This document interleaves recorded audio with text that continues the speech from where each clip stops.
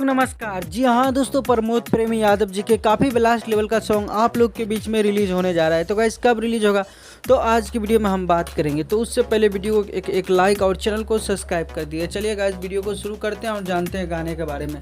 जी हाँ दोस्तों, नज़र न लागे सैया के इस गाने को प्रमोद प्रेमी यादव जी ने गाए हैं। दोस्तों बात करते हैं गीत का, तो गीत विशाल भारती जी ने लिखे हैं और इस गाने को जो है म्यूजिक से सजाया है आर्या शर्मा ने।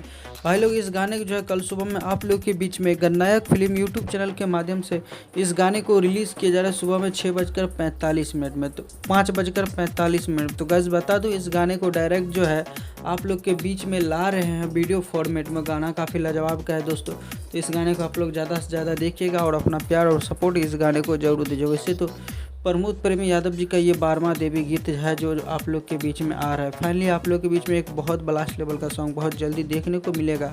जी हाँ दोस्तों, सिस्टी म्यूजिक वर्ल्ड से। तो गाइस आज का वीडियो में बस इतना ही था। मिलते हैं नए अपडेट के साथ, तब तक के लिए अपना ख्याल रखिएगा और देखते रहिएगा भोजपुरी चिप ऑफिशियल यूट्यूब चैनल।